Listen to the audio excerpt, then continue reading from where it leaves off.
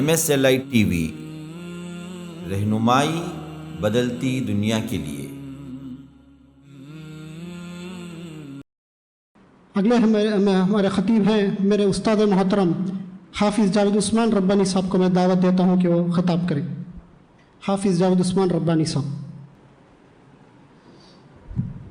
ان الحمد لله نحمده ونستعينه ونستغفره ونؤمن به ونتوكل عليه ونعوذ بالله من شرور انفسنا ومن سيئات اعمالنا من يهده الله فلا مضل له ومن يضلل فلا هادي له واشهد ان لا اله الا الله وحده لا شريك له واشهد ان محمدا عبده ورسوله اما بعد فان خير الحديث كتاب الله وخير الهدي هدي محمد صلى الله عليه وسلم وشر الامور محدثاتها وكل محدثة بدعة وكل بدعة ضلالة وفي رواية وكل ضلالة في النار فأعوذ بالله السميع العليم من الشيطان الرجيم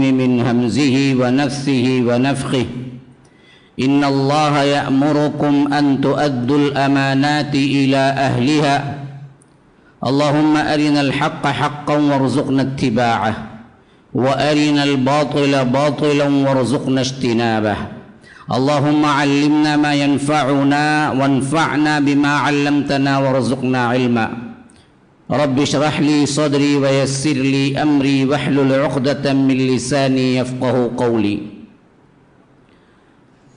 اس اللہ کے نام سے ابتدا جس کے ناموں کی کوئی انتہا ہی نہیں۔ ولو ان ما فی الارض من شجرة اقلام والبحر يمده من بعده 7 ابحر ما نفدت کلمات اللہ۔ اس ذات اقدس پر کروڑوں درود و سلام ہو جو تمام جہانوں کے لیے رحمت للعالمین بن کے آئے تھے۔ اللہم صلی علی محمد وعلی آل محمد کما صلیت علی ابراہیم وعلی آل ابراہیم انک حمید مجید وبارک علی محمد وعلی آل محمد کما بارکت علی ابراہیم وعلی آل ابراہیم انک حمید مجید۔ اسٹیج پر موجود معزز علماء کرام، ذمہ داران، برادران اسلام، واجب الاحترام بزرگوں، دوستوں، عزیز ساتھیوں، لائق احترام ماؤں اور بہنوں، سیرت سرور کائنات صلی اللہ علیہ وسلم کے عنوان سے جو پروگرام یہاں پر الحمدللہ بعد نماز عصر شروع ہوا، اس کا یوں سمجھیے کہ آخری سیشن آپ کے سامنے ہے۔ ابھی جیسے کہ شیخ نے بیان کیا، ایسے لگ رہا تھا کہ طنز و مزاح کا بھی بیان ہے اور اسی طرح رغبت بھی ہے اور اسی کے اندر ڈراوا بھی ہے، تقویٰ بھی ہے۔ اللہ تبارک و تعالی ان کی زبان میں اور تاثیر عطا کرے اور ترقیاں عطا کرے۔ ماشاءاللہ بہت دور کا سفر کر کے آئے ہیں، ہم تو یہاں کے مقامی لوگ ہیں، سنتے ہی رہتے ہیں، پھر بھی اللہ کا فضل ہے کہ مجھے یہاں کچھ سنانے کا موقع ملا، اور اللہ تبارک و تعالی اس ادارے کے ذمہ داروں کو بھی اس کا بہترین بدلہ عطا کرے۔ لیکن جہاں تک میرا عنوان ہے وہ بڑا سنجیدہ تر عنوان ہے۔ جیسے کہ ابھی آپ نے سنا تھا آخری ایام، اور اسی طرح باپ کی حیثیت اور شوہر کی حیثیت اللہ کے رسول صلی اللہ علیہ وسلم کی، لیکن میرا عنوان ہے اللہ کے رسول صلی اللہ علیہ وسلم ایک حکمران کی حیثیت سے کیسے ہیں۔ اللہ کے لیے جب محمد کا نام آئے یا رسول کا نام آئے تو صلی اللہ علیہ وسلم کہہ لیا کیجئے۔ ایسا کوئی سخت ترین لفظ نہیں ہے کہ آپ کے داڑھ اور دانت ہل جائیں اور نیچے گر جائیں، ایسا تو کوئی لفظ نہیں ہے۔ بہت ہی پیارا لفظ ہے اور بہت ہی مختصر ترین درود ہے۔ یہ بھی اگر ہم نہیں پڑھتے ہیں تو پھر اللہ کے رسول صلی اللہ علیہ وسلم کی محبت سے ہمیں کیا لینا دینا، ہمیں کیا دعوے ہیں۔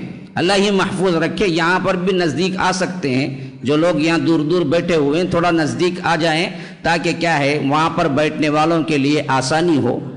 تو بہرکیف اللہ کے رسول صلی اللہ علیہ وسلم حکمراں کب بنے؟ سیرت کی کتابوں میں آپ پڑھتے جائیں, لیکن افسوس یہ ہے کہ ہم سیرت سے بالکل ہی ایسے ناواقف ہیں گویا کہ ہمیں اس سے کچھ لینا دینا ہی نہیں ہے. انسان کو معلوم ہے کلمہ توحید کے بعد نماز فرض ہے عمومی طور پر تو, لیکن یاد رکھیے اس کو اتنا نہیں معلوم کہ اس کے کلمے کا دوسرا جز ہی محمد الرسول اللہ صلی اللہ علیہ وسلم. جیسے لا الہ الا اللہ کی معرفت ضروری ہے, ویسے ہی محمد الرسول اللہ صلی اللہ علیہ وسلم کی معرفت بھی ضروری ہے. اگر اس کی معرفت نہ ہو تو پھر تو تمہارا کلمہ ایک رخ پہ ہوگا اور دوسرا رخ بالکل ناواقفیت پہ ہوگا. اللہ کے رسول صلی اللہ علیہ وسلم کی سیرت مبارکہ کی اہمیت سورہ احزاب کی یہ آیت سب سے اہم ترین ہے, جو شیخ نے ابھی فرمایا کہ لقد کان لکم فی رسول اللہ اسوۃ حسنہ لمن کان یرجو اللہ والیوم الآخر وذکر اللہ کثیرا, کہ اللہ تبارک و تعالی نے اللہ کے رسول صلی اللہ علیہ وسلم کی سیرت بہترین نمونہ کیا, بہترین اسوہ ہے, اسوۃ حسنہ. لیکن کس کے لیے جی؟ کس کے لیے؟ جو ڈرتا ہے آخرت کا. لمن کان یرجو اللہ, اللہ کی ملاقات اور اللہ تبارک و تعالی کے پاس سوال و جواب کا ڈر بھی ہو, اور اس کے ساتھ ساتھ سب سے اہم ترین بات یہ ہو کہ لمن کان یرجو اللہ والیوم الآخر, اللہ تبارک و تعالی کے جواب کا احساس, دہی کا احساس. آپ کو معلوم ہو کہ قیامت کے دن اللہ تبارک و تعالی سے ہمیں جواب دینا پڑے گا, آخرت کے بارے میں اسے یقین رکھنا ہے. تو اس کے لیے اصل میں یہ سیرت کا نمونہ ہے. ورنہ تو آپ اللہ اللہ خیر صلی اللہ پڑھتے رہیں نمازیں, اور اس کے علاوہ سود بھی کھاتے رہیں, اپنی زندگی میں جو چاہیں جیسے چاہیں زندگیاں گزارتے رہیں. آپ کے اندر کبھی ڈر خوف نہیں آئے گا. اسی کے لیے جو ڈر اور خوف رکھتا ہے جناب محمد الرسول اللہ صلی اللہ علیہ وسلم کی سیرت اسوہ حسنہ ہے. اللہ کے رسول صلی اللہ علیہ وسلم تقریباً سفر کا مہینہ تھا, 14 نبوت کہہ لیجئے یا 1 ہجری کہہ لیجئے. اللہ کے رسول صلی اللہ علیہ وسلم 27 سفر کی رات کو نکلے, ایسے ماحول میں کہ مکے کے اطراف و اکناف ہر جگہ اللہ کے رسول صلی اللہ علیہ وسلم کو قتل کرنے کی سازشیں ہو رہی تھی. تو اللہ کے رسول صلی اللہ علیہ وسلم وہاں سے نکلے, صدیق اکبر کے گھر پہنچے اور انہیں ساتھ لیا, اور بالکل مدینے کے اپوزٹ راستہ, مدینے کا بالکل مخالف راستہ اختیار کیا, اور چلتے گئے یہاں تک کہ ایک پہاڑی ہے جو غار حرا کہتے ہیں, اور اس ایک پہاڑی ہے, اس پہاڑی کے اوپر ایک غار ہے جسے غار ثور کہتے ہیں. اس غار ثور میں اللہ کے رسول صلی اللہ علیہ وسلم 3 دن رہے, جس میں ابو بکر بھی ساتھ تھے. پھر اس کے بعد تقریباً 1 ربیع الاول تھا یا تو 29, لیکن زیادہ تر تاریخ نگار لکھتے ہیں کہ 1 ربیع الاول تھا. تو اللہ کے رسول لمبا چکر کاٹ کے مدینے کی طرف روانہ ہوئے. 1 2 3 4 5 6 7 8 دن برابر چلتے رہے صدیق اکبر کے ساتھ, یہاں تک کہ 8 ربیع الاول کو اللہ کے رسول صلی اللہ علیہ وسلم قباء میں قیام کیا. پھر وہاں 14 دن رہے. پھر اللہ کے رسول صلی اللہ علیہ وسلم وہاں سے نکلے اور چلتے ہوئے مدینہ منورہ پہنچے. وہاں کے لوگ پہلے ہی اللہ کے رسول صلی اللہ علیہ وسلم پر ایمان لا چکے تھے. اپنے محبوب کے دیدار کے لیے صبح سویرے نکلتے اور اللہ کے رسول صلی اللہ علیہ وسلم کے آنے کی راہ تکتے, یہاں تک کہ شام ہو جاتی, پھر واپس پلٹ جاتے. کئی دنوں کا یہی معمول تھا. جب اللہ کے رسول صلی اللہ علیہ وسلم جس دن آئے ابھی سورج غروب ہو رہا تھا, لیکن کائنات چیخ چیخ کے کہہ رہی تھی سورج غروب نہیں بلکہ ایک دوسرا زمین کا چاند طلوع ہو رہا تھا. اللہ کے رسول صلی اللہ علیہ وسلم آگے بڑھتے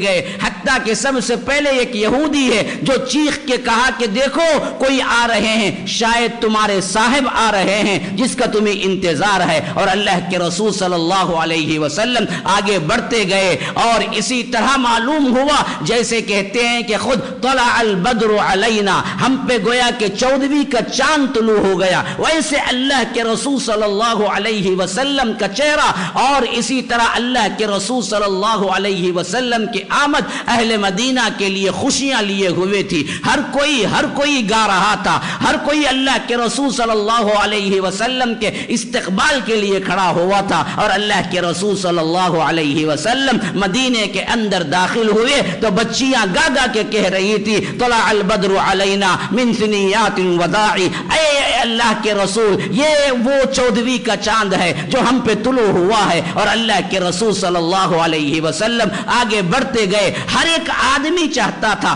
ہر ایک کی تمنا یہ تھی کہ کاش میرے گھر قیام ہوتا، کاش میرے گھر مہمان بنتے۔ اللہ کے رسول صلی اللہ علیہ وسلم نے فرمایا اس اونٹنی کو چھوڑ دو، انہا مامورہ، یہ اللہ کی طرف سے مامور کی گئی ہے، اس کو پتا ہے اسے کہاں رکنا ہے۔ یہاں تک کہ اونٹنی قصوہ، اونٹنی کے بھی نام ہوتے تھے، اونٹنی کے بھی نام ہوتے تھے، تو وہ اونٹنی جس پہ سوار تھے وہ قصوہ تھی۔ قصوہ اونٹنی میں چلتے چلتے چلتے یہاں تک کہ اسی مقام پر پہنچی جہاں آج مسجد نبوی ہے۔ اللہ کے رسول صلی اللہ علیہ وسلم کی اونٹنی وہاں جا کے بیٹھ گئی، اور قریب ترین جس کا گھر تھا وہ ابو ایوب انصاری کا تھا۔ وہ دوڑتے بھاگتے آئے اور کہا کہ اللہ کے رسول صلی اللہ علیہ وسلم سب سے زیادہ قریب میرا مکان ہے، آپ میرے مقام میں قیام کیجئے۔ اور اللہ کے رسول صلی اللہ علیہ وسلم کے اس طرف کا پڑوسی دوڑتا آیا، اس نے کہا کہ اے اللہ کے رسول قریب میرا بھی مکان ہے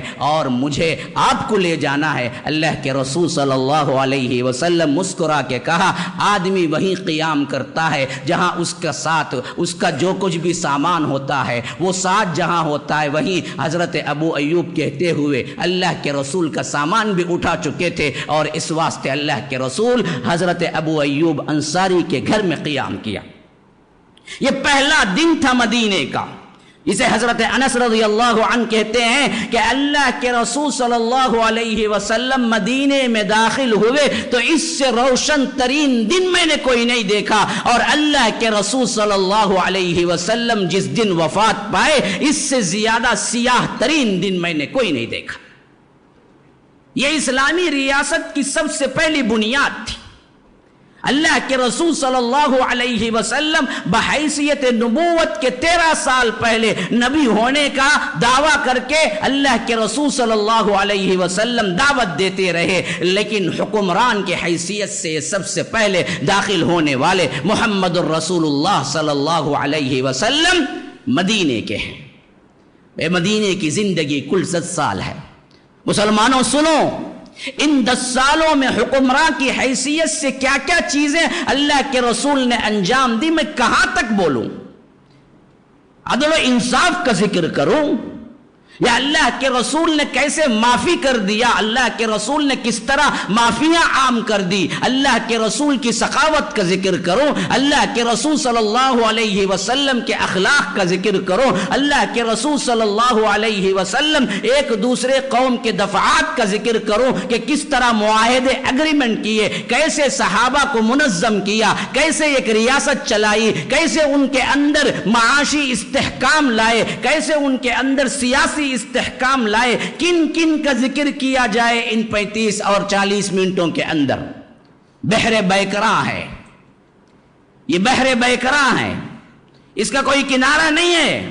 آپ پڑھتے جائیں، اللہ کرے کہ آپ کو توفیق ہو جائے کہ سیرت کی کوئی ایک کتاب ہی پڑھ لیں۔ بیٹھنے والے کتنے ہیں؟ دل پہ ہاتھ رکھ کے ذرا پوچھو، محمد الرسول اللہ کی سیرت کو آپ نے پڑھا ہے؟ کتنا پڑھا ہے؟ کوئی ایک چھوٹا مختصر تک کی کتابچہ پڑھا ہے؟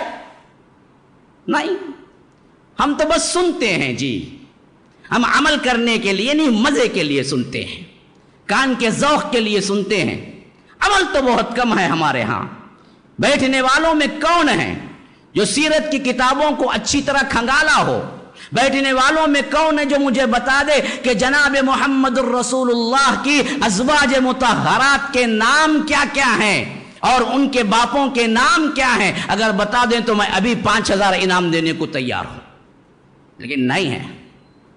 ازواج مطہرات کے نام نہیں یاد ہیں ہمیں، جو ہماری مائیں ہیں، ہماری اپنی سگی مائیں، ہزاروں قربان جناب محمد الرسول اللہ کی بیویوں پر، کیونکہ رب نے فرمایا کہ النبی اولا بالمؤمنین من انفسہم وازواجہ امہاتہم، نبی تمہارے نفسوں سے زیادہ تم پہ حق رکھتے ہیں۔ ہماری جان گئی نبی کے لیے، اگر نبی کی مدافعت میں جاتی ہے تو یہ ہمارے لیے فضیلت کا باعث ہے۔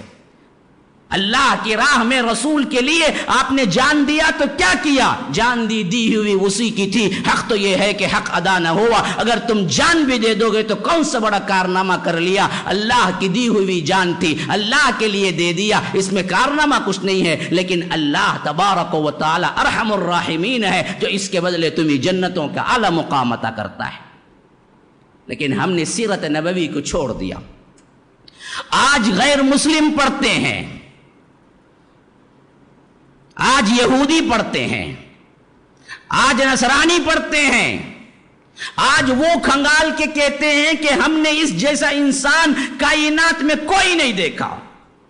میں مبالغہ نہیں کر رہا ہوں، سینکڑوں مصنف ہیں، سینکڑوں، جنہوں نے محمد الرسول اللہ صلی اللہ علیہ وسلم پہ سیرتیں لکھی ہیں، حالانکہ مسلمان نہیں تھے۔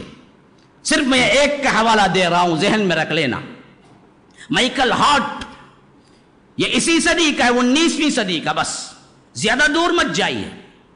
اس نے اپنی زندگی کے 20 سال لگائے، بہت بڑا مؤرخ تھا، عیسائی تھا، یہودی بعض کہتے ہیں، بہرکیف مسلم نہیں تھا، اور اس نے تاریخ کو اتنا کھنگالا کہ اس وقت مانا گیا کہ سب سے بڑا مؤرخ کوئی ہے تو وہ مائیکل ہارٹ ہے، اور اس نے کتاب لکھی دی 100، یعنی دنیا کے 100 بڑے آدمی، دنیا کے 100 بڑے آدمی، اور ان میں جمع کیا 100 لوگوں کو دنیا کے، اور ان میں بھی اصل میں یہ نہیں تھا کہ جو بھی بڑے ہیں ان کو جمع کر لو، وہیں اس نے اصول رکھا۔ کیا اصول تھا؟ اصول یہ رکھا کہ میں صرف ان شخصیات کو جمع کروں گا جن کے جانے کے بعد ان کے افکار اور ان کے کام اور ان کے اثرات بقیہ لوگوں پر زیادہ دیر تک طاری رہیں، صرف میں ان کو خطاب لوں گا اپنی کتاب میں۔ یعنی کن لوگوں کو جمع کروں گا؟ بڑے بڑے جنگوں کو بھی جمع کروں گا، ظالموں کو بھی جمع کروں گا، سائنسٹسٹ کو بھی جمع کروں گا۔ جمع کرنا مقصود کیا ہے؟ والی بڑا ہونا نہیں ہے، وہ جو افکار، جو دعوت، جو کام لے کے وہ آئے دنیا میں کیے، ان کے جانے کے بعد انسانوں پر ان کے اثرات سب سے زیادہ کیسے پڑے، کتنے لانگ ٹائم تک پڑے ان کے اثرات، اور وہ نمبر دیا، پہلے نمبر پہ کون، دوسرے پہ کون، تیسرے پہ کون، چوتھے پہ کون۔ اور عجیب بات، جب اس نے اس کو شائع کیا تو اس وقت اس نے نمبر 1 پہ جناب محمد الرسول اللہ صلی اللہ علیہ وسلم کو رکھا، نمبر 3 پہ عیسیٰ کو رکھا علیہ السلام۔ لوگ حیران ہو گئے جب وہ نکل رہا تھا ہال سے، رپورٹر پورے کے پورے ابل پڑے، کیونکہ پوری دنیا میں تہلکہ مچ چکا تھا اس وقت، 1932 کی بات ہے۔ ہاں، لوگ حیران تھے، اتنا بڑا تاریخ دان عیسائی ہونے کے باوجود نمبر 1 عیسائی حضرت عیسیٰ کو نہیں دیا اور محمد الرسول اللہ کو دیا، کیا وجہ ہے؟ اس نے کہا کہ ایک تاریخ میں ایسا انسان ہے جس نے ہر مضمون پر، ہر میدان میں مکمل کامیابی کے ساتھ عملی طور پر ثبوت پیش کیا، اور جس کی چھاپ آج پوری کائنات میں ہر جگہ موجود ہے، ایسا کوئی نہیں ہے۔ اگر میں عیسیٰ کو لے لیتا تو پھر عیسیٰ اگر شادی کے لیے نمونہ دیکھتے عیسیٰ کی پیروی کرنے والے تو وہ کہاں جاتے؟ وہ تو نہیں ہے نا۔ سپہ سالار کے حیثیت سے دیکھتے کہ نمونہ کون ہے، حضرت عیسیٰ نہیں آتے، زندگی میں کوئی جنگ ہوئی ہی نہیں، حضرت عیسیٰ تو چلتے پھرتے 3 سال گزار دیے، اسی لیے تو مسیح ہے نا جی۔ مسیح مطلب کیا ہے؟ آپ کو پوچھنا یا مسح کرنا، ایک لفظ مسیح حضرت عیسیٰ کے لیے استعمال ہونے کی وجہ کیا؟ انہوں نے گھر نہیں بنایا، وہ چلتے رہے 3 سالہ نبوت تھی، 30 سال میں ملی، 33 سال میں ختم، اور اللہ تعالیٰ نے اٹھا لیا انہیں، ابھی بھی زندہ ہے۔ تو سپہ سالار کا کوئی نمونہ نہیں ملے گا۔ اسی طرح آپ شادی کے اعتبار سے ابھی شوہر کے حیثیت سے گفتگو کی شیخ نے، یہ کہاں سے جائیں گے جبکہ حضرت عیسیٰ نے شادی ہی نہیں کی؟ کوئی حکومت تو ملی ہی نہیں، تو حکمراں کیسے بنیں گے؟ مثال کہاں سے ملے گی؟ اس نے کہا کہ یہ ایک واحد شخصیت ہے دنیا کی جو ہر صنف میں اگر ہم دیکھیں، آپ سپہ سالار اٹھا لو، جنگ میدان غزوہ احد میں دیکھو ہمارے سپہ سالار کیسے ہیں، غزوہ بدر میں دیکھو ہمارے سپہ سالار کیسے ہیں، غزوہ خندق میں دیکھو ہمارے سپہ سالار کیسے ہیں، صلح حدیبیہ میں دیکھو سب سے بڑے صلح کرنے والے، امن کے پیامبر بن کے کیسے آنے والے ہیں، فتح مکہ میں دیکھو کیسے عام معافی دینے والے ہیں، غزوہ تبوک میں دیکھو کیا جاہ و جلال کے ساتھ 30,000 کا لشکر لے کے نکلنے والے ہیں۔ سپہ سالار کی حیثیت سے کتنے نمونے چاہیے، وہ تمام نمونے تمہیں مل جائیں گے۔ شوہر کی حیثیت سے کتنے نمونے چاہیے، وہ تمام نمونے تمہیں مل جائیں گے۔ والد کی حیثیت سے کتنے نمونے چاہیے، وہ تمام نمونے تمہیں مل جائیں گے۔ دنیا کی ہر صنف اٹھا لو اور مجھے بتاؤ کہ اس میں کوئی نمونہ نہیں ہے تو میں آپ کو بتاؤں، لیکن قیامت تک کوشش کرتا رہے گا دشمن، لیکن کوئی ایسا نمونہ لا کے نہیں کھڑا کر سکتا جس میں کہے کہ محمد الرسول اللہ کا نمونہ اس میں نہیں ہے صلی اللہ علیہ وسلم۔ جناب محمد الرسول اللہ صلی اللہ علیہ وسلم بحیثیت حکمراں مدینہ پہنچے، سب سے پہلے رعایا کا خیال اطراف و اکناف کے جتنے یہودی قبائل سے سب سے اگریمنٹ کیا۔ اگریمنٹ کیا تھی؟ دیکھو تم پہ حملہ ہوگا تو ہم سپورٹ کریں گے، اور ہم پہ حملہ ہوا تو تم سپورٹ کرنا۔ پڑوس کی مملکت، پڑوس کی بادشاہتیں، پڑوس کے قبائل کو مضبوط کر دیا۔ کہا کہ تم پہ حملہ ہوگا تو یہ معنی ہے کہ ہم سپورٹ کریں، حالانکہ وہ یہودی لَتَجِدَنَّ أَشَدَّ النَّاسِ عَدَاوَةً لِلَّذِينَ آمَنُوا الْيَهُودَ وَالَّذِينَ أَشْرَكُوا، ضرور بھی ضرور تم پاؤ گے مسلمانوں کے شدید ترین دشمن نمبر 1 یہود، نمبر 2 مشرک۔ لیکن ایسوں سے اب اللہ کے رسول صلی اللہ علیہ وسلم نے پہلے معاہدے کیے۔ کیوں؟ رعایا کو امن دینا تھا۔ مدینے آنے والا ہر آدمی سوچے کہ بڑا امن کا ملک ہے۔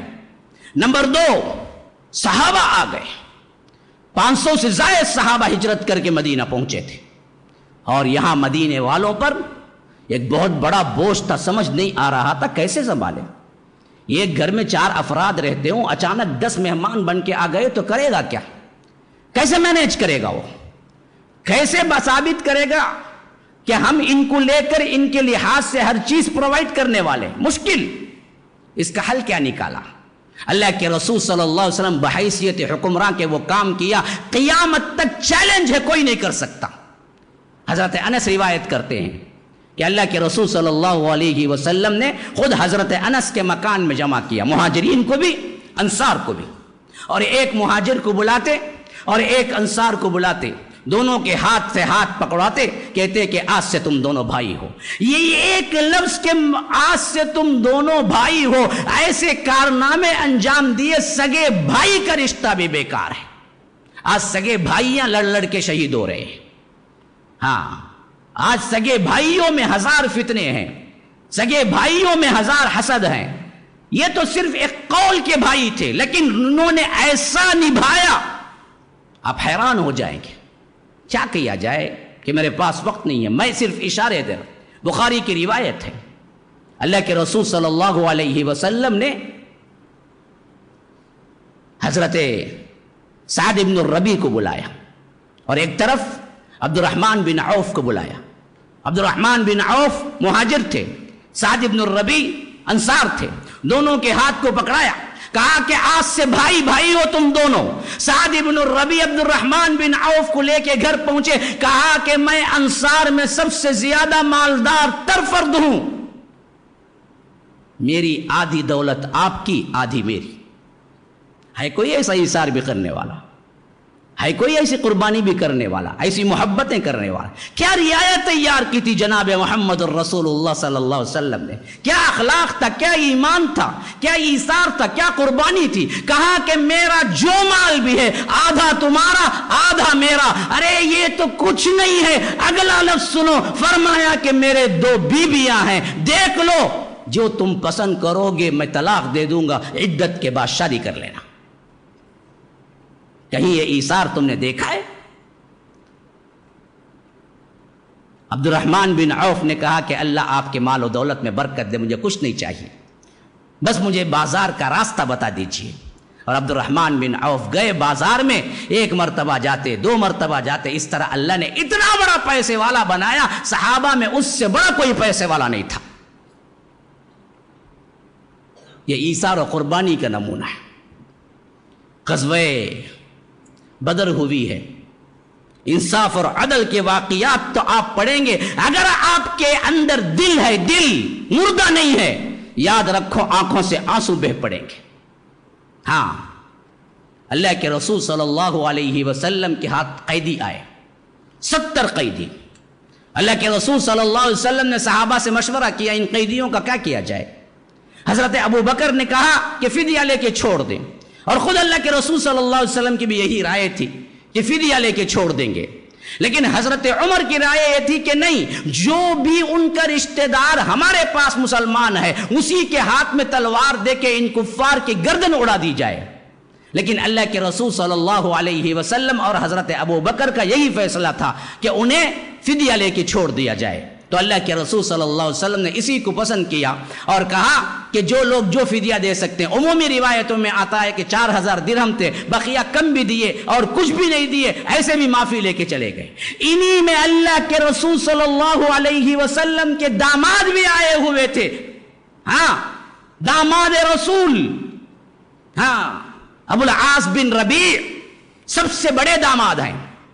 اللہ کے رسول صلی اللہ علیہ وسلم کی سب سے بڑی بیٹی حضرت زینب کے شوہر، پھر اس کے بعد 2 بیٹیاں ہیں، رقیہ اور ام کلثوم، دونوں کو ایک کے بعد دیگرے اللہ کے رسول صلی اللہ علیہ وسلم نے حضرت عثمان کو دیا، اور آخری میں حضرت فاطمہ کو حضرت علی کے ساتھ نکاح کیا۔ تو سب سے بڑے گھر کے داماد اور سب سے بڑے بیٹی کے شوہر، اور بیٹی نکاح میں ہے اور بیٹی مکے میں ہے، اور یہ عجیب نظارہ دیکھ رہی ہے پوری انسانیت کہ اللہ کے رسول کے خود بڑے داماد مخالف لشکر میں آئے ہیں، حالانکہ دل سے سپورٹ نہیں ہے، قوم کا ساتھ دینے کے لیے آئے ہیں، اور ادھر اللہ کے رسول صلی اللہ علیہ وسلم کی قیدیوں میں ہے، اور اللہ کے رسول صلی اللہ علیہ وسلم نے فدیہ ان سے بھی مانگا، کوئی رعایت نہیں۔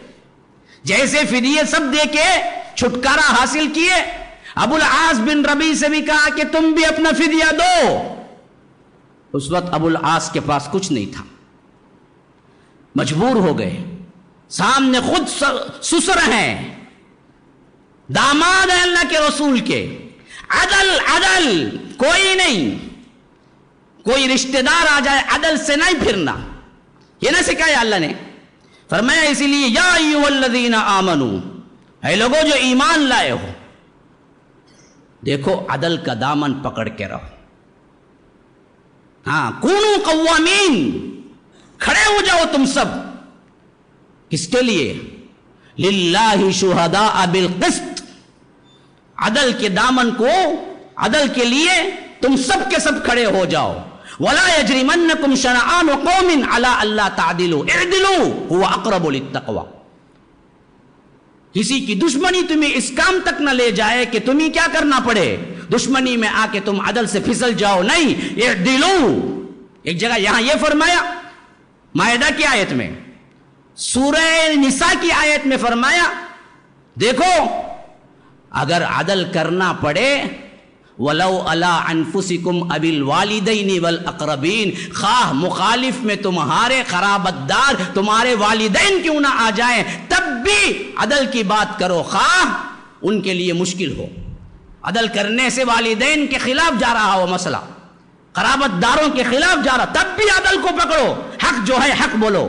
آج ہم کیا ہیں، اندر سے بالکل ہی پھوکل، اپنے آپ کو، اپنی جماعت کو، اپنے لوگوں کو بچانے کے لیے 100 جھوٹ بولتے ہیں، عدل کا دامن فوراً چھوڑ دیں. وہی دوسرا ہوتا ہے تو 10 مرتبہ کہتے ہیں نہیں جی میں دیکھا نہیں ہوتا. لیکن اپنا مسئلہ آتا ہے جو دیکھا نہیں ہوتا اسی بھی کہتے ہیں کہ نہیں بھائی میں دیکھا, اچھا آدمی انہیں. عدل کا دامن نہ چھوڑو کچھ بھی ہو جائے. اللہ کے رسول صلی اللہ علیہ وسلم بحیثیت حکمراں کے دیکھو کیسے عدل کرتے ہیں.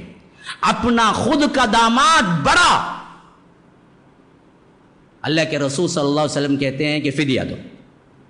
ان کے پاس کچھ نہیں ہے, وہ بھیجتے ہیں سفیر کو کہ جاؤ میری بیوی سے پوچھ کے لے آؤ. حضرت زینب کو معلوم ہوتا ہے کہ ان کے شوہر اللہ کے رسول صلی اللہ علیہ وسلم کے پاس قیدی ہیں اور فدیہ دینا ہے, اور فدیے میں گھر میں کچھ نہیں ہے سوائے وہ ہار کے جو حضرت خدیجہ نے شادی کے وقت حضرت زینب کو دیا تھا. گویا کہ ایک محبوب نشانی تھی وہ, لیکن انہوں نے اپنے شوہر کے لیے وہ بھی دے دیا. اور وہ لے کے جب پہنچے میرے بھائیوں, رونگٹے کھڑے ہو جاتے ہیں جب بھی میں پڑھتا ہوں. جب وہ لے کے پہنچے اللہ کے رسول صلی اللہ علیہ وسلم نے وہ ہار دیکھا تو حضرت خدیجہ کی یاد آ گئی. آنکھوں سے آنسو جھلک پڑے. یہ تو میرے خدیجہ کا ہے, میری محبوب بیوی کا ہے, یہی تو ایک نشانی ہے جو اس نے بیٹی کو دی تھی, لیکن اب میں اس کو لے لوں. اللہ کے رسول صلی اللہ علیہ وسلم کو اپنی پہلی بیوی کی محبت یاد آ گئی, ان کی قربانیاں یاد آ گئی. انہوں نے کیا کچھ نہیں کیا اسلام کے لیے. آج یہ حالت ہے کہ میں فدیے میں یہ ہار لے لوں. لیکن یہ گوارا نہیں تھا, عدل کے خلاف تھا کہ یوں ہی چھوڑ دے. اس لیے صحابہ کو جمع کیا. یا رب, کوئی دیکھنے والا نہیں, کوئی پوچھنے والا نہیں, کوئی دباؤ ڈالنے والا نہیں, لیکن عدل حکمراں ہو تو ایسا ہو. کاش کہ آج کے حکمراں یہ سیرت پڑھے, یا کاش کہ ہمارے حکمراں نہیں بڑے لوگ ذمہ دار لوگوں کی ہو یہ پیغام پہنچ جائے کہ کیسے عدل اللہ کے رسول کیا کرتے تھے. وقت کے آج لیڈروں کو یہ بات کوئی پہنچا دے کہ بے وقوفو یہ پڑھو, اصل میں تمہارے لیے ترقی کا ضامن تو یہ سب چیزیں ہیں جو اللہ کے رسول نے تمہیں سکھا کے گئے ہیں. اللہ کے رسول صلی اللہ علیہ وسلم نے وہ ہار لے کے صحابہ کو جمع کیا. کہا کہ صحابہ سے لوگو سنو, یہ ہار وہ ہار ہے جو میری بیوی خدیجہ نے شادی ہوتے وقت اپنی بیٹی زینب کو دیا تھا. اگر تم اجازت دو تو میں یہ ہار واپس کر دوں گا اور بلا فدیے کہ میں اپنے داماد کو چھوڑ دیتا ہوں, اگر تم اجازت دو. نہیں تو نہیں. صحابہ تو اللہ کے رسول صلی اللہ علیہ وسلم کے پروانے تھے. کہا کہ اللہ کے رسول ہمیں کیا ہے, ہم خوشی سے اجازت دیتے ہیں کہ آپ واپس کر دیں. تب کہیں جا کے اللہ کے رسول صلی اللہ علیہ وسلم نے ہار واپس کیا. پھر اس کے بعد اس شرط کے ساتھ بھیجا کہ ہاں میں نے بغیر فدیے کے تمہیں آزاد تو کر دیا, لیکن جا کے مکہ پہنچ کے اپنی بیوی یعنی میری بیٹی زینب کو مدینہ بھیج دینا, اس شرط پر تمہیں رہا کر رہا ہوں. عدل کا تقاضا دیکھو. 20 رمضان المبارک مکہ مکرمہ میں اللہ کے رسول صلی اللہ علیہ وسلم آ رہے ہیں. 10,000 کا لشکر ہے, 8 ہجری کا موقع ہے, پوری قوت کے ساتھ. آج تک کسی نے 10,000 کا لشکر اکٹھا کیا ہی نہیں ہے قبائلی دور میں, اور اللہ کے رسول صلی اللہ علیہ وسلم 10,000 کا لشکر لے کے مکے کے اندر داخل ہو رہے ہیں. اور ادھر مشرکین مکہ جو تقریباً 20 سال سے اللہ کے رسول صلی اللہ علیہ وسلم کو اذیتیں دے رہے تھے. ہاں تمام مجرمین کھڑے ہوئے ہیں. اکرمہ ابو جہل کا بیٹا وہاں کھڑا ہوا ہے, اسی طرح بڑے بڑے سرداروں کے بیٹے کھڑے ہوئے ہیں. ابو سفیان جو ابھی ابھی اسلام قبول کیے وہ بھی آئے ہوئے ہیں. ہندہ جس نے حضرت حمزہ کا کلیجہ چاک کر دیا وہ بھی آئی ہوئی ہے. سب کے سب سناٹا طاری ہے کہ ہم نے جو جرائم کیے تھے آج اللہ تبارک و تعالی نے اللہ کے رسول کو حاکم بنا کے بھیجا ہے. آج پاور یہ ہے کہ 10,000 کا لشکر لے کے آئے ہیں. آج پتہ نہیں کیا حکم دیں گے اور کس کس کا قتل کریں گے. سب اپنا سر جھکائے اللہ کے رسول صلی اللہ علیہ وسلم کے سامنے کھڑے ہیں, اور اللہ نے اتنا پاور دیا ہے کہ 10,000 کا لشکر لے کے اللہ کے رسول مدینے میں مکے میں داخل ہوئے ہیں اور سیدھے پہنچے,